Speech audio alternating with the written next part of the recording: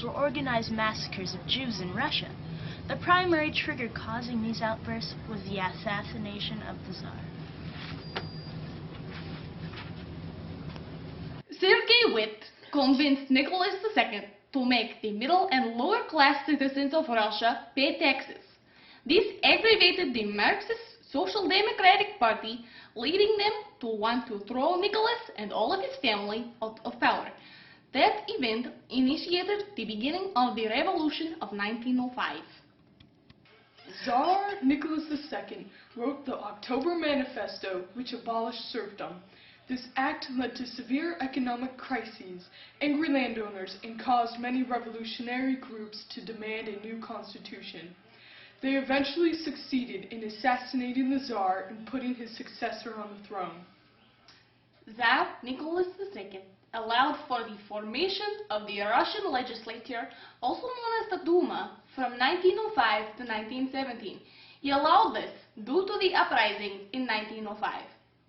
Because Europe was divided, the Triple Entente, consisting of Russia, France, and Great Britain, maintained the peace in Europe for a little while, but eventually led to European nations' involvement in World War I.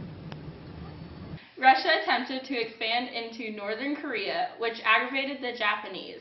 Their response was war. Russia was defeated and returned home without victory, only a humiliating loss.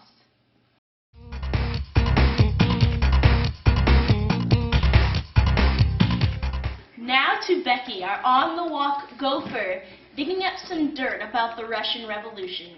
And then I sent them to you as an MP3 of and you listen to it over the years. But this threat, I'm telling you. Excuse me? What do you know about the Russian Revolution? The Russian Revolution? Well, as you know, I'm a student from NYU, and my name is Avery Whitfield, and I am majoring in history. Well, let's talk about the Russian Revolution because it's my favorite. Well, as a result of the Russo-Japanese War,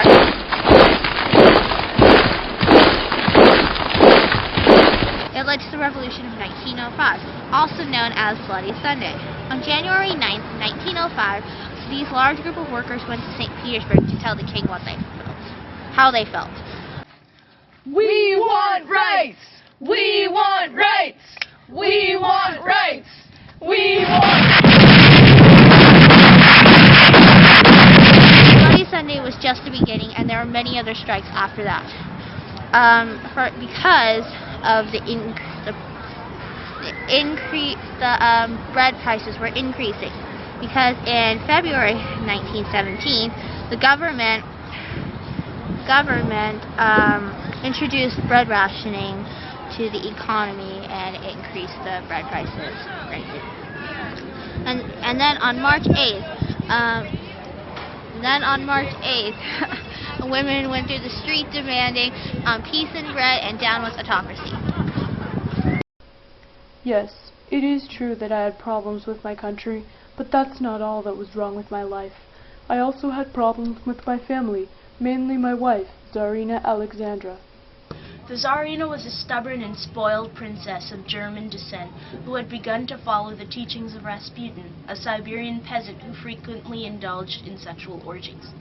She took to him because he was the only one who could heal her son, Alexis, a hemophiliac.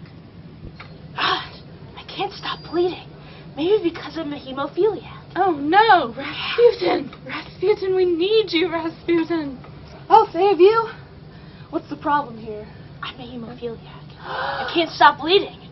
I'll help. You're cured! Oh my gosh! Rasputin, saving lives. Rasputin began to involve himself in the government, which angered the citizens of Russia. This led to his assassination in December 1916. Lenin created a modified version of the old capitalist system, known as the New Economic Policy, allowing peasants to sell their produce, stopping government requisition. At the beginning of March, strikes broke out from the high prices of bread. On March 8th, women of the workforce in Russia marched to the city of St. Petersburg, demanding peace and bread, along with the fall of the autocracy. The provisional government consisted of primarily a middle-class and liberal aristocratic minority. Their goal was to gain freedom of speech, religion, and civil liberties. These people wanted to establish the same liberties as the American Constitution. Soviets were councils of workers and soldier deputies formed throughout Russia in 1917. They played an important role in the Bolshevik Revolution. On the night of November 6th and 7th, Bolshevik forces attacked the Winter Palace, specifically the place of the provisional government, which collapsed quickly with little bloodshed.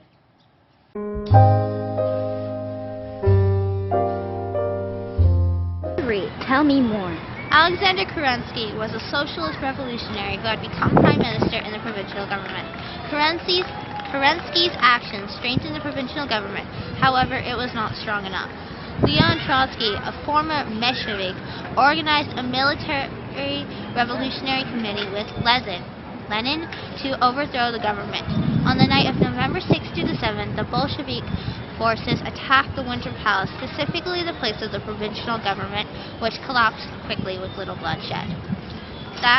This plan was known as the Bolshevik Revolution, and it was successful by overthrowing the provincial government. In March 1918, the new communist government signed the Treaty of Brest-Litovsk with Germany that gave up eastern Poland, Ukraine, Finland, and the Baltic provinces. There was great opposition to the new Bolshevik or communist regime, not only from groups loyal to the Tsar, but also from bourgeois and aristocratic liberals and anti-Leninist socialists, including Mensheviks and socialist revolutionaries.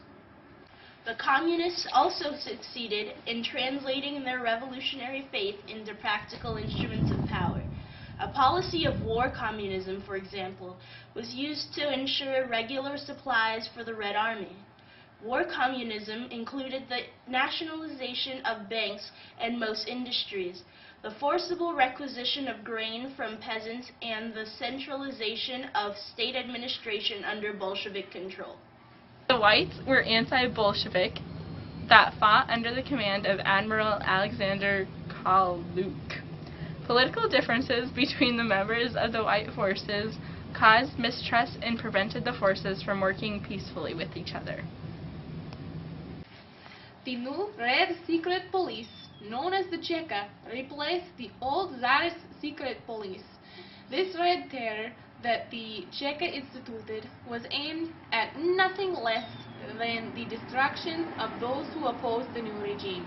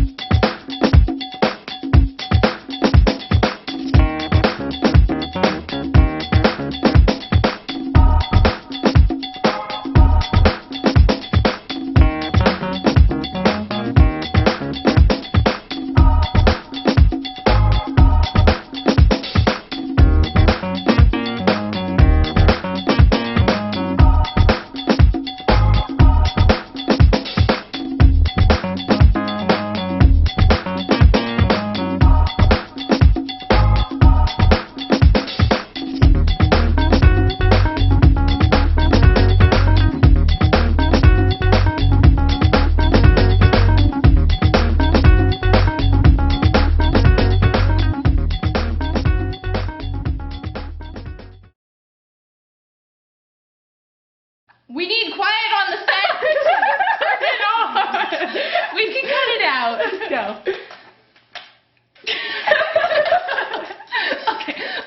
Okay, wait, you gotta calm down.